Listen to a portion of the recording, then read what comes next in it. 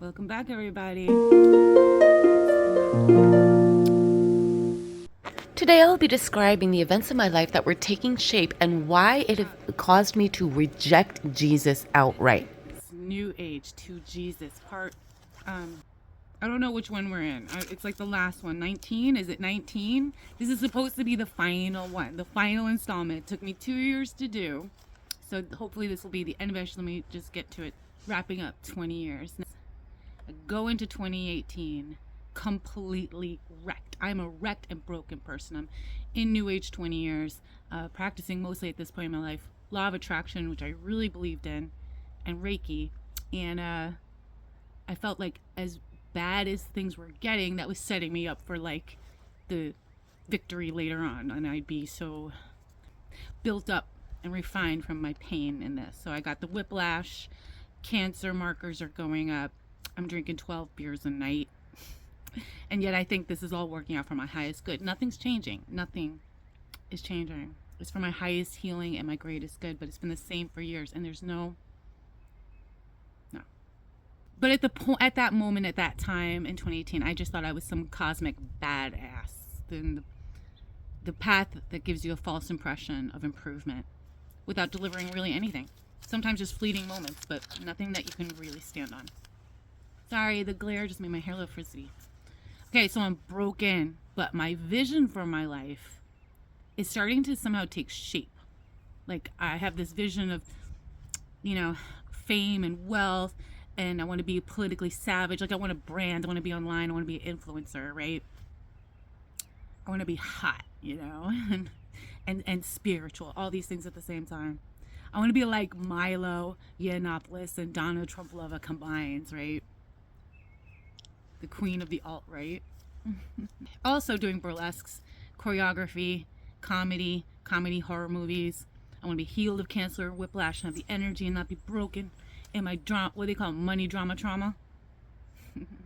And dance like a maniac, right? But at this point in January, I can't dance, right? So I've got this vision very much into law of attraction. I even saw Abraham Hicks live in a little convention center. And that, man, let me tell you something. She's there, she's talking, and then she summons Abraham. And I tell you, the entire atmosphere changed. Like it became soupy. Like I felt like I was sitting in this goop there. I was by myself with a bunch of, people there. The amount of smokers, half the people there were smokers. Whatever, but I'm just saying, it's funny. And I was, smoking with them. But who am I to judge that? Whatever. But it didn't feel right. It was very off-putting. It wasn't pleasant. And I thought, well, that's probably just, I have some resistance maybe. That's why it just doesn't feel good. You gotta watch that.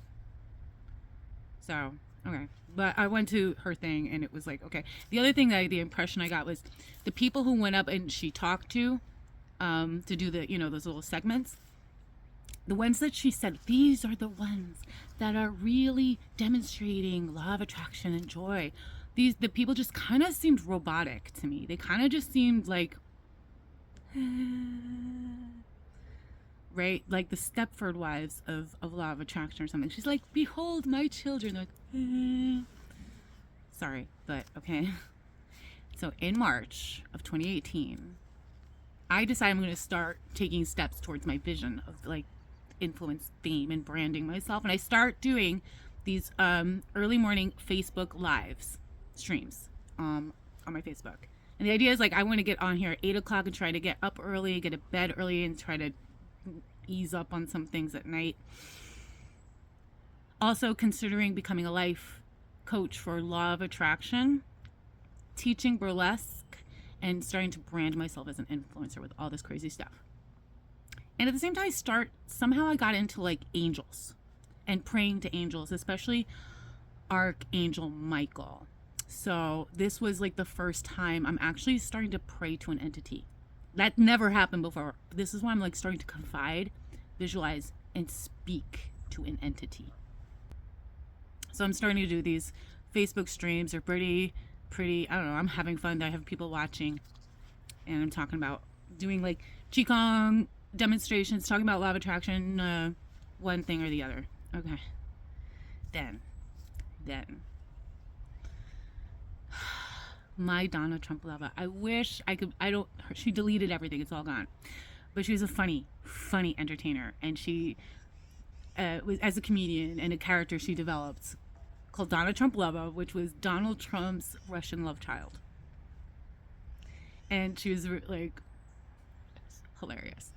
And we started becoming friends. Like, she was online, social media, doing her social media, and we just started, talking, interacting.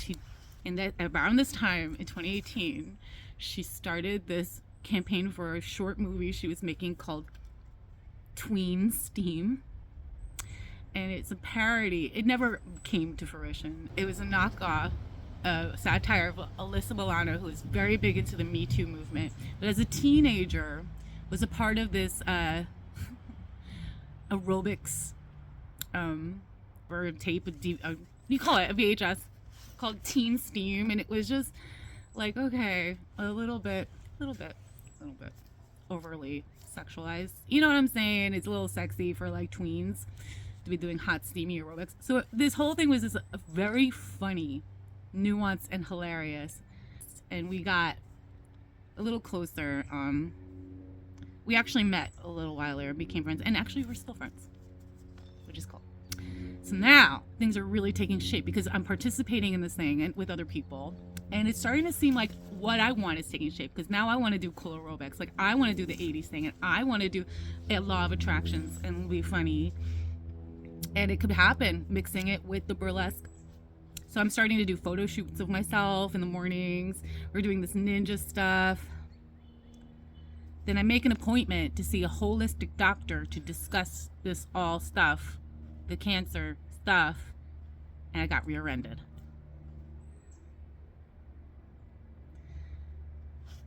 Actually, the day I got rear-ended, that week I'd been doing these little promotions on my Facebook Lives about burlesque classes to try to promote the burlesque classes.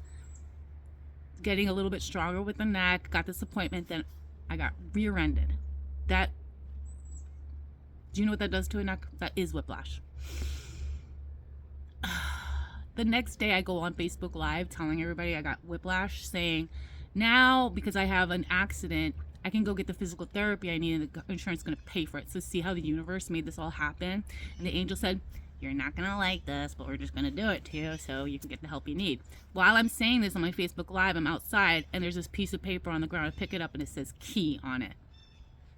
And I'm like, my life is so wild and amazing. This is not going to do the whole thing. There's going to have to be another one. Anyway, so now I'm going to get the help and the physical therapy I need. The show's going okay, and even though now I'm done, I'm gone. I've whiplash now. Again, like, my whiplash went to 1,000,000. I was in a car accident. I could barely walk well. I was stiff, but still I'm doing the Facebook Lives, and it's going okay. And then Donna disappears. Like, she's just gone. And it's just like the synchronicities were also starting to just kind of ramp up and get crazy. So to me, it's like, I don't know what's going on. What I thought was going to happen, everything is gone. But I think like we're going deeper into the difficulty and the synchronicities. License plates, numbers, songs, this and this and that. That the patterns. It's like, that's not how God does it. God sends you signs and symbols like in an elegant, poetic, meaningful way. That's not like a bunch of patterns. And I do go to the holistic doctor, and I start on the apricot kernels. And I'm in this place, and it's dark, but I feel like the potential is off the wall for success in so many ways while facing some of these horrible challenges. Then, all right? Doreen Virtue, still watching her. She's ex-New Ager, turned to Christ. And she's doing a video, and I'm watching it. And she's saying, if you don't know Christ, ask yourself, are you willing to give yourself over to him? Give it up for him. And I thought about it, and I stopped. I looked within. I said, while I'm doing that, while I'm sitting there looking within, and all the stuff I'm doing, and all the ideas and plans I have for my life, that I'm going to be this influencer. I'm going to be like the next Donna Trump lover. I'm going to have money and fame and burlesque. I felt like almost literally, God's arms embraced me. I felt God hug me. I felt just a warm embrace, and I felt peace come over me. And I knew it was Jesus, and I knew it was an invitation, and I knew that it was the truth. In that moment, I knew that he is who he says he is, that's the one, that Christianity is the one that's the most true.